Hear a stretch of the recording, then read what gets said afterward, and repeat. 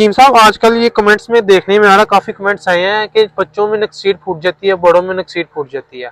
तो ये बहुत कॉमन मसला आ रहा है, इसके बारे में कोई सजेस्ट करिए हमें, ये क्या मामला है? सबसे पहले तो ये देखना पड़ेगा कि नक्सीर होती क्यों है। जी ऐसे बच्चे जो गर्म खुशक और सर्द खुशक की ज़्यादा चीज़ें इस्तेमाल करते हैं, ये खुश्की की वजह से होती है।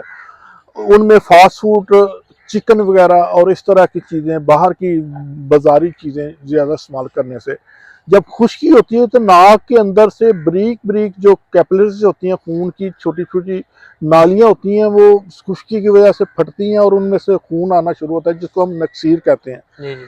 तो इसके लिए बच्चों में आप खुश्की का इलाज करेंगे और उनकी डाइट बेहतर करेंगे तो इसके लिए सबसे बेहतरीन मैं आपको टोटका बता देता हूँ। नारियल आम मिलने वाली चीज़ है, बच्चों के लिए बड़ी मुफीद है, बड़ों के लिए बड़ी मुफीद है। तो नारियल का एक छोटा सा पीस उनको रोज़ाना खिलाएं।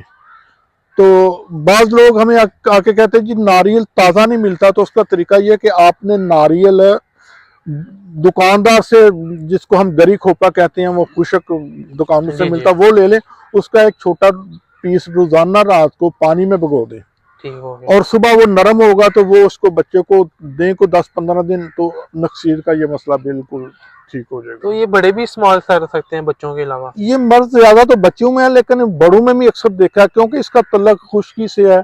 तो बड़े भी आजकल फास्ट फूड बड़ा वगैरह ले रहे हैं, गर्म खुशक और सर्द खुशक चीज़ें ज़्यादा ले रहे हैं। तो ये बड़ों में भी हो सकता है, बड़े भी इसको इस्तेमाल करें। सिर्फ ये है कि बच्चों में ज़रा इसकी छोटा टुकड़ा रखें, बड़ों में थोड़ा सा उसका गरी का टुकड़ा थोड़ा सा साइज बड़ा कर लें, तो ये दोनों में मुफीद है। जी ठीक है, बहुत शुक्रिया।